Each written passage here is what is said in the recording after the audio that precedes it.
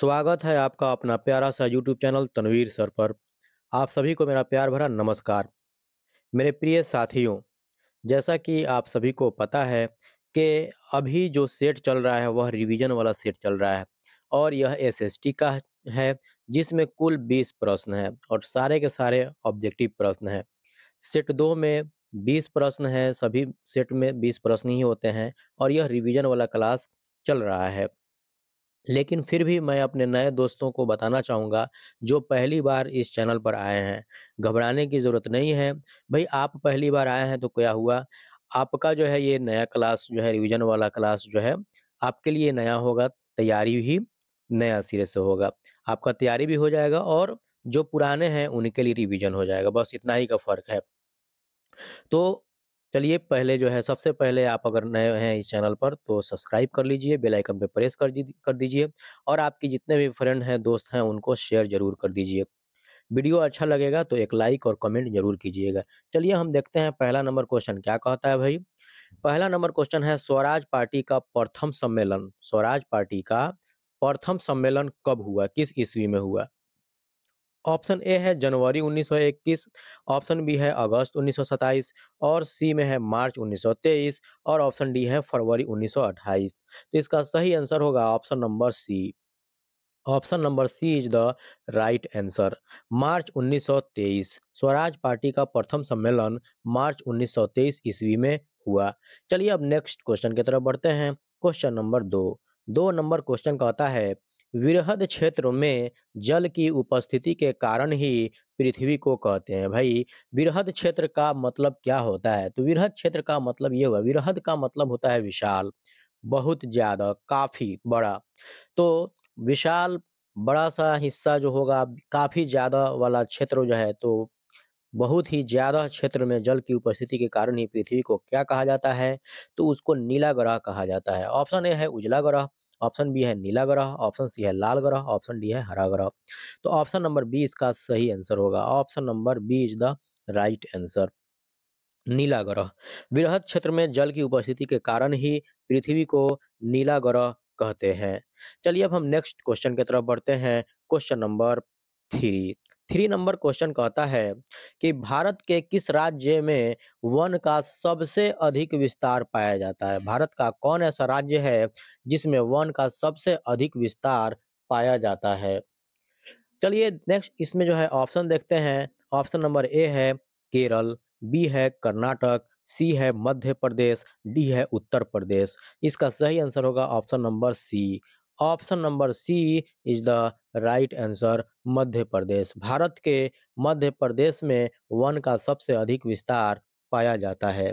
चलिए अब next question की तरफ बढ़ते हैं। Question number 4। 4 नंबर क्वेश्चन कहता है बिहार में खाद का कारखाना में अवस्थित है, मतलब बिहार में खाद का कारखाना कहाँ पर है? ऑप्शन ए है कर्नाटक, बी है केरल, सी है पटना, डी है बरौनी। तो ऑप्शन नंबर डी इसका सही आंसर होगा। Option number D is the right answer, Barauni. Bihar में खाद का कारखाना बरौनी में अवस्थित है। चलिए अब नेक्स्ट क्वेश्चन की तरफ बढ़ते हैं। Question number 5। 5 नंबर क्वेश्चन कहता है कि बिहार का सबसे अधिक जनघनत्व वाला नगर है, यानी कि बिहार का सबसे अधिक जनघनत्व वाला नगर कौन है?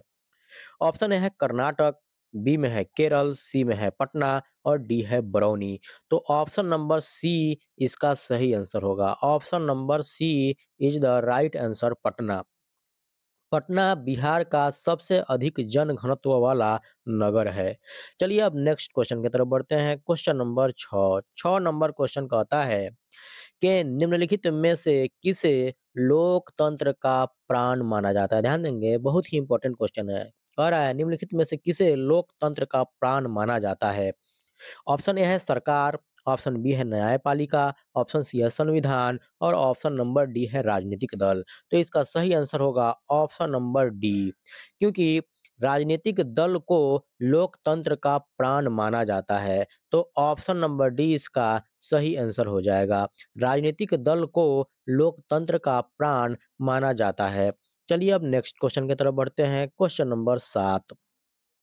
7 नंबर क्वेश्चन कहता है कि गठबंधन की सरकार बनाने की संभावना किस प्रकार की दलीय व्यवस्था में रहती है? क्या कहता है क्वेश्चन कि गठबंधन की सरकार बनाने की संभावना किस प्रकार की दलीय व्यवस्था में रहती है? ऑप्शन नंबर ए है एक दलीय, ऑप्शन बी है द्विदलीय, ऑप्शन सी है बहुदलीय और ऑप्शन नंबर डी है कोई नहीं। इसका सही आंसर होगा option number C. Option number C is the right answer, बहुदलीय। बहुदलीय गठबंधन की सरकार बनाने की संभावना बहुदलीय व्यवस्था में रहती है। अब बहुदलीय क्या है भाई? तो बहुदलीय का मतलब बहुदलीय व्यवस्था जो होता है इसका मतलब दरअसल यहाँ पे हम समझेंगे। कि उसको हम कैसे समझेंगे, डिफाइन कैसे करेंगे बहुदलीय व्यवस्था को? तो एक ऐसी राजनीतिक व्यवस्था बहुदलीय व्यवस्था एक ऐसी राजनीतिक व्यवस्था है, जिसमें एक देश के अंदर विभिन्न राजनीतिक पार्टियाँ चुनाव में भाग लेती हैं और जिस पार्टी को जनता का बहुमत प्राप्त होता है, वह सत्ता में आ जाती है। मतलब उसी का सरकार बन जाता है और वही बहुदलीय कहलाता है। बहुदलीय व्यवस्था का मतलब क्या हुआ कि एक ऐसी राजनीतिक व्यवस्था जिसमें एक देश के अंदर विभिन्न राजनीतिक पार्टियां चुनाव में भाग लेती हैं और जिस पार्टी को जनता का बहुमत प्राप्त होता है वह सत्ता में आ जाती है। चलिए अब नेक्स्ट क्वेश्चन की तरफ बढ़ते हैं। Question number 8। 8 नंबर क्वेश्चन क्या कहता है कि 8 नंबर है विनिमय का सर्वोत्तम माध्यम क्या है? विनिमय का सर्वोत्तम माध्यम क्या है? तो सबसे पहले हम विनिमय का मतलब समझते हैं। आखिर विनिमय होता क्या है? विनिमय का डिफाइन जो है डेफिनेशन कैसे दिया जा सकता है? विनिमय का अर्थ क्या होता है? तो विनिमय का अर्थ हम पहले समझते हैं कि किसी भी वस्तु के बदले किसी दूसरी वस्तु का आदान-प्रदान करना, किसी भी वस्तु के बदले किसी दूसरे वस्तु का आदान-प्रदान करना विनिमय कहलाता है। मतलब ये हुआ कि जब हम किसी वस्तु के बदले दूसरी वस्तु देते हैं या प्राप्त करते हैं, तो वह विनिमय कार्य कहलाता है। विनिमय को 2 वर्गों में विभाजित किया जाता है, जिसमें एक आता है क्रय विनिमय और एक आता है विक्रय विनिमय। क्रय विनिमय का मतलब ये हुआ कि जब हम कोई वस्तु खरीदते हैं और उसके बदले में जो भी मूल्य देते हैं, उसका कीमत देते हैं, वह क्रय विनिमय कहलाता है। क्या कहलाता है भाई? वह क्रय विनिमय कहलाता है। मतलब ये हुआ कि हम कोई भी वस्तु खरीदते हैं मार्केट से तो उसके बदले में हम एक मूल्य देते हैं, कीमत देते हैं। मतलब रुपया देते हैं हम, तो वह क्या है? विनिमय कहलाया, क्रय विनिमय कहलाया। अब विनिमय के मतलब तो हमने बता दिया, तो वही कह रहा है विनिमय का सबसे उत्तम माध्यम क्या है? ऑप्शन ए है वस्तु, ऑप्शन बी है चेक, ऑप्शन सी है प्रतिज्ञा पत्र, ऑप्शन डी है मुद्रा। मुद्रा का मतलब रुपया। तो चलिए ऑप्शन नंबर डी है, क्योंकि अब क्वेश्चन तो आप समझ गए हैं, तो यहाँ सीधे-सीधे समझ में आ रहा है कि ऑप्शन नंबर डी रुपया, मुद्रा जो है इसका सही आंसर हो जाएगा। क्योंकि रुपया देकर कोई भी चीज़ हम खरीद-बिक्री कर सकते हैं। इसलिए विनिमय का सर्वोत्तम माध्यम मुद्रा है। चलिए अब नेक्स्ट क्वेश्चन की तरफ बढ़ते हैं। Question number 9। 9 नंबर क्वेश्चन है कि साख का क्या अर्थ है? क्या कह रहा है भाई? साख का क्या अर्थ है?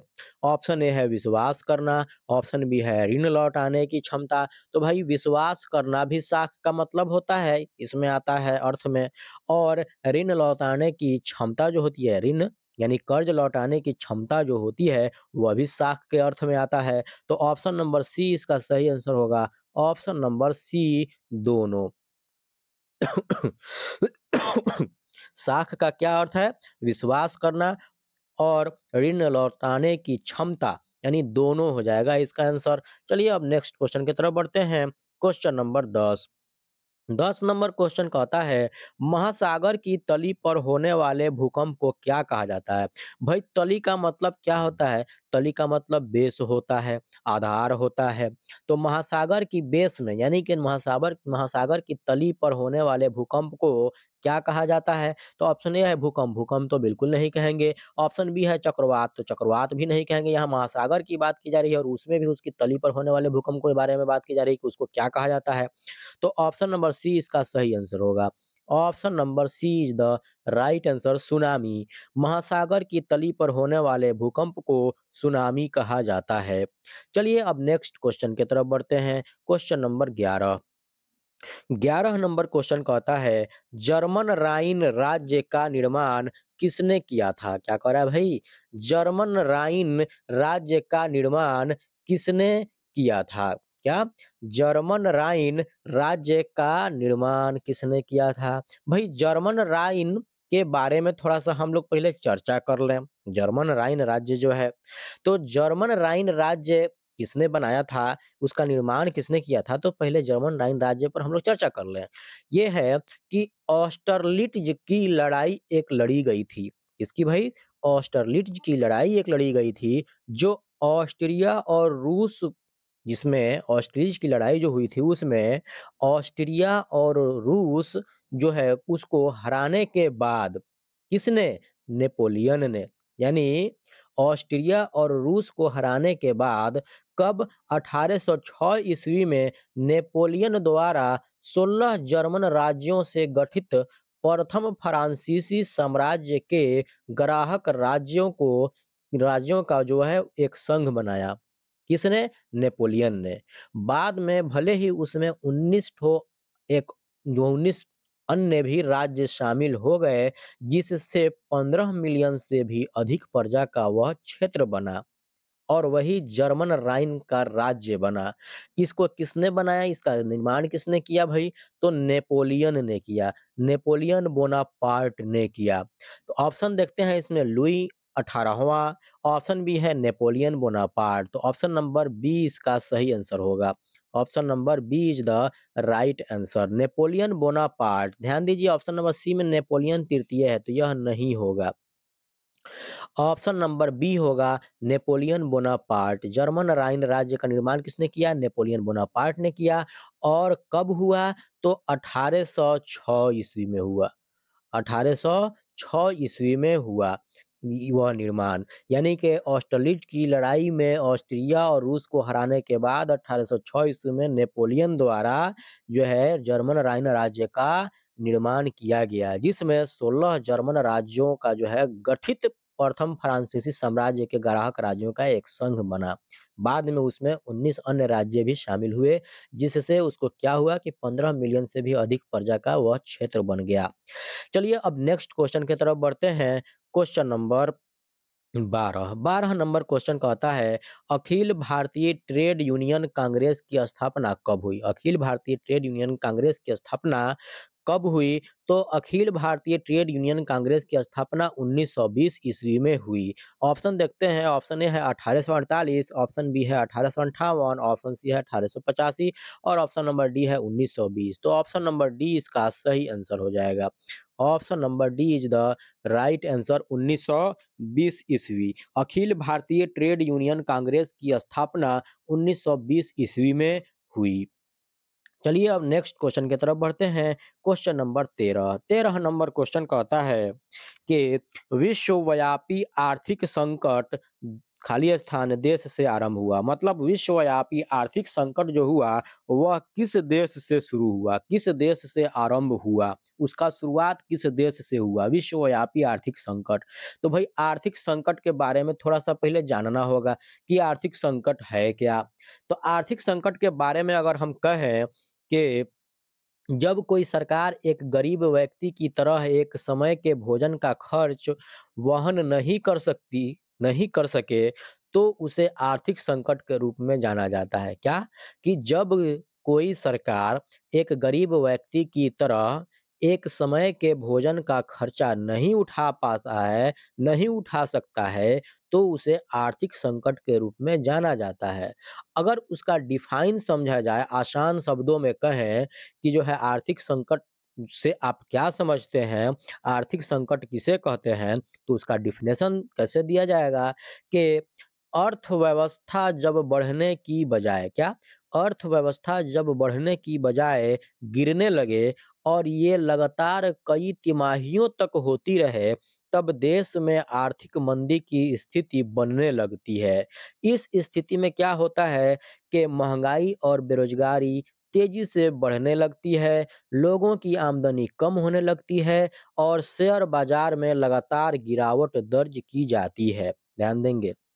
चलिए अब देखते हैं यह कहाँ से शुरू हुआ था। तो वह अमेरिका से शुरू हुआ था। विश्वव्यापी, विश्व मतलब विश्व, पूरा विश्व भर में ये बात की जा रही है। तो विश्वव्यापी आर्थिक संकट America, option number C. Option number C इसका सही आंसर होगा, अमेरिका। विश्वव्यापी आर्थिक संकट अमेरिका देश से आरंभ हुआ। चलिए अब नेक्स्ट क्वेश्चन की तरफ बढ़ते हैं। Question number 14। 14 नंबर क्वेश्चन कहता है, हंगरी की राजधानी है, यानी हंगरी की राजधानी कहाँ पर है? तो हंगरी की राजधानी बुडापेस्ट है। ऑप्शन ए है ऑस्ट्रिया, ऑप्शन बी है बुडापेस्ट, ऑप्शन सी है चेकोस्लोवाकिया यानी चेकोस्लोवाकिया, ऑप्शन डी है यूगोस्लाविया। तो ऑप्शन नंबर बी इसका सही आंसर होगा। ऑप्शन नंबर बी इसका सही आंसर होगा, बुडापेस्ट। हंगरी की राजधानी बुडापेस्ट है। चलिए अब नेक्स्ट क्वेश्चन की तरफ बढ़ते हैं। Question number 15। 15 नंबर क्वेश्चन कहता है कि सोपानी कृषि किस राज्य में प्रचलित है? सोपानी कृषि किस राज्य में प्रचलित है? ध्यान देंगे, सोपानी कृषि का मतलब अगर आप समझ जाएंगे तो इसका आंसर ऑप्शन में से आसानी से दे सकते हैं। तो सबसे पहले हम सोपानी कृषि के बारे में समझते हैं, समझने की कोशिश करते हैं। सोपान का अर्थ क्या होता है भाई? सोपान का अर्थ होता है सीढ़ी। सोपान का अर्थ होता है, सोपान का मतलब होता है सीढ़ी। इस प्रकार सोपान कृषि का अभिप्राय सीढ़ीनुमा खेती से होता है। सोपान का अर्थ होता है सीढ़ी। इससे क्या होता है कि सोपान इस तरह से सोपान कृषि का मतलब सीढ़ीनुमा खेती से होता है, जो कि पहाड़ियों में की जाने वाली कृषि की विशेषता है। सोपान कृषि हमेशा पहाड़ी क्षेत्र में किया जाता है और हमने अभी बताया आपको कि सोपान का अर्थ होता है सीढ़ी। इस प्रकार सोपान कृषि का अभिप्राय सीढ़ीनुमा खेती से होता है, जो कि पहाड़ियों में की जाने वाली कृषि की विशेषता है। अब सोपान कृषि के बारे में थोड़ा सा और चर्चा कर ले यहाँ, कि सोपान कृषि पहाड़ों की ढलानों पर सीढ़ीदार खेतों का निर्माण करके की जाती है। ध्यान देंगे, सोपान कृषि पहाड़ों की ढलानों पर सीढ़ीदार खेतों का निर्माण करके की जाती है। इसे सीढ़ीदार खेती भी कहा जाता है और सोपान कृषि का मुख्य उद्देश्य जो होता है, वह मृदा अपरदन को रोकना होता है। सोपान कृषि का मुख्य उद्देश्य क्या है? तो मृदा अपरदन को रोकना है, मतलब मिट्टी की कटाई को जो है रोकना है। मृदा अपरदन का मतलब होता है मिट्टी की कटाई। इसके अलावा यह बारिश के पानी को भी बहने से रोकती है। याद रखेंगे, इसके अलावा भी यह बारिश के पानी को भी बहने से रोकती है। चलिए अब आप समझ गए होंगे सोपान कृषि कृषि जो है, सोपानी कृषि का मतलब क्या होता है। तो सबसे पहले तो ये तो समझ में आ गया कि यह किस क्षेत्र में होगा, तो पहाड़ी इलाका में होगा। तो ऑप्शन ए देखते हैं हरियाणा, ऑप्शन बी है पंजाब, ऑप्शन सी है बिहार में मैदानी क्षेत्र, ऑप्शन डी है उत्तराखंड। तो भाई ऑप्शन डी इसका सही आंसर होगा, क्योंकि आपको पता है कि उत्तराखंड जो है यह पहाड़ी इलाका है ना? तो इसलिए उत्तराखंड में सोपानी कृषि जो है राज्य प्रचलित है, कृषि कृषि प्रचलित है उत्तराखंड में। तो सोपानी कृषि उत्तराखंड में प्रचलित है। ऑप्शन नंबर डी इसका सही आंसर हो जाएगा। चलिए अब नेक्स्ट क्वेश्चन की तरफ बढ़ते हैं। Question number 16। 16 नंबर क्वेश्चन कहता है कि देश के बांधों को किसने भारत का मंदिर कहा था? देश के जितने भी बांध है उसको किसने भारत का मंदिर कहा था? ऑप्शन ए है महात्मा गांधी, ऑप्शन बी है doctor Rajendra Prasad, option C है पंडित नेहरू, ऑप्शन डी है स्वामी विवेकानंद। तो ऑप्शन नंबर सी इसका सही आंसर होगा। Option number C is the right answer, Pandit Nehru. देश के बांधों को किसने भारत का मंदिर कहा? तो देश के बांधों को पंडित नेहरू ने भारत का मंदिर कहा था। चलिए अब नेक्स्ट क्वेश्चन की तरफ बढ़ते हैं। Question number 17। 17 नंबर क्वेश्चन कहता है कि समुद्री क्षेत्र में तट से कितना किलोमीटर क्षेत्र तक राष्ट्रीय संपदा होती है? क्या राष्ट्रीय संपदा होती है? कितना किलोमीटर के क्षेत्र तक समुद्री क्षेत्र के तट से? तो वह 12.2 किलोमीटर होता है। Option number C. Option number C is the right answer 12.2। समुद्री क्षेत्र में तट से 12.2 किलोमीटर क्षेत्र तक राष्ट्रीय संपदा होती है। अब राष्ट्रीय संपदा का मतलब थोड़ा सा समझते हैं यहाँ पर कि राष्ट्रीय संपदा जो है भारत की अमूल्य प्राकृतिक संपदा होती है। राष्ट्रीय संपदा क्या होती है कि भारत की अमूल्य प्राकृतिक संपदा जो है राष्ट्रीय संपदा या राष्ट्रीय संपत्ति कहा जाता है कहलाता है। अब मतलब ये कि राष्ट्रीय संपदा का मतलब देश के सभी व्यक्तियों के पास कुल मात्रा में उपलब्ध धन तथा समाज के पास सामूहिक रूप से उपलब्ध धन का कुल योग ही राष्ट्रीय संपदा है। क्या उसका डिफिनेशन कैसे दिया जा सकता है राष्ट्रीय संपदा का कि देश के सभी व्यक्तियों के पास कुल मात्रा में उपलब्ध धन तथा समाज के पास सामूहिक रूप से उपलब्ध धन का कुल योग ही राष्ट्रीय संपदा है। राष्ट्रीय संपदा राष्ट्रीय आय तथा बचत की वृद्धि के साथ साथ बढ़ती भी है और राष्ट्रीय संपदा समय के विशेष बिंदु पर भी मापी जाती है और राष्ट्रीय संपदा एक स्टॉक ही होता है, याद रखिएगा। चलिए मतलब ये कि प्राकृतिक संपदा भारत की राष्ट्रीय भारत की अमूल्य प्राकृतिक संपदा वह क्या है देश का राष्ट्रीय संपदा कहा जाता है कहलाता है यानी संपत्ति कहलाता है। चलिए अब नेक्स्ट क्वेश्चन की तरफ बढ़ते हैं। क्वेश्चन नंबर 18 नंबर क्वेश्चन कहता है कहलगांव तापीय विद्युत परियोजना। क्या कहलगांव तापीय विद्युत परियोजना किस जिले में अवस्थित है? कहलगांव तापीय विद्युत परियोजना किस जिले में अवस्थित है? तो याद रखेंगे कहलगांव तापीय विद्युत परियोजना जमुई में। कहाँ पर? जमुई में। ऑप्शन नंबर बी इसका सही आंसर हो जाएगा जमुई। कहलगांव तापीय विद्युत परियोजना जमुई जिला में अवस्थित है। जमुई जिला में अवस्थित है। अब तापीय ये ऑप्शन नंबर बी इसका सही आंसर हो जाएगा जमुई जिला में। लेकिन तापीय विद्युत क्या है भाई? ताप विद्युत केंद्र क्या होता है यह? तो वह विद्युत उत्पादन संयंत्र है जिसमें प्रमुख घूर्णी भाप से चलाया जाता है। इसमें का घूर्णन जो होता है, चक्की जो होता है, वह किससे चलाया जाता है भाई? तो भाप से चलाया जाता है। ताप विद्युत केंद्र में वह विद्युत उत्पादन एक संयंत्र होता है, मशीन होता है, जिसमें प्रमुख उसका जो घूर्णी होता है मतलब घिरनी जो होता है, उसका पंखी जो होता है वह भाप से चलाया जाता है, जो भाप कोयला, गैस आदि को जला करके तथा पानी को गर्म करके प्राप्त की जाती है। और इस संयंत्र में क्या होता है कि शक्ति का परिवर्तन जो होता है वो रंकाइन चक्र के आधार पर काम करता है। अब कहलगाँव कहाँ पे है भई? कहलगाँव कहाँ पे है? तो कहलगाँव भारत के बिहार राज्य के भागलपुर जो है जिले में स्थित एक नगर है। यह क्या है भई? एक नगर हो गया। चलिए अब नेक्स्ट क्वेश्चन की तरफ बढ़ते हैं। क्वेश्चन नंबर 19 नंबर क्वेश्चन कहता है कि भारत में औरतों के लिए आरक्षण की व्यवस्था किस संस्था में है? भारत में औरतों के लिए आरक्षण की व्यवस्था किस संस्था में है? ऑप्शन ए है लोकसभा, ऑप्शन बी है विधानसभा, ऑप्शन सी है पंचायती राज, ऑप्शन डी है राज्यसभा। तो ऑप्शन नंबर सी इसका सही आंसर होगा। ऑप्शन नंबर सी इसका सही आंसर हो जाएगा पंचायती राज। भारत में औरतों के लिए आरक्षण की व्यवस्था पंचायती राज में है। चलिए अब नेक्स्ट क्वेश्चन की तरफ बढ़ते हैं। क्वेश्चन नंबर 20 नंबर क्वेश्चन देखने से पहले मैं आपको फिर से याद दिलाना चाहूँगा कि अभी तक आप इस चैनल को सब्सक्राइब नहीं किए हैं या पहली बार आए हैं, अभी आए हैं, तो प्लीज़ एक सब्सक्राइब ज़रूर कर लीजिए। सब्सक्राइब करने के बाद बेल आइकन पे भी प्रेस कर दीजिए और वीडियो अच्छा लगा हो, क्वेश्चन अच्छा लगा हो तो प्यारा सा कमेंट करके एक लाइक ज़रूर कर दीजिएगा। अपने दोस्तों को भी शेयर करना बिल्कुल नहीं भूलिएगा। चलिए अब देखते हैं क्वेश्चन क्या कहता है। राजनीतिक दलों की नींव सर्वप्रथम किस देश में पड़ी? राजनीतिक दल जो है उसका नींव सबसे पहले किस देश में पड़ी? तो ऑप्शन ए है ब्रिटेन, ऑप्शन बी है भारत, ऑप्शन सी है फ्रांस, ऑप्शन डी है संयुक्त राज्य अमेरिका। तो सबसे पहले यह ब्रिटेन में पड़ा। यानी राजनीतिक दलों की नींव सर्वप्रथम सबसे पहले ब्रिटेन में पड़ी। ऑप्शन नंबर ए इसका सही आंसर हो जाएगा ब्रिटेन। चलिए वीडियो को आखिरी तक देखने के लिए बहुत बहुत धन्यवाद।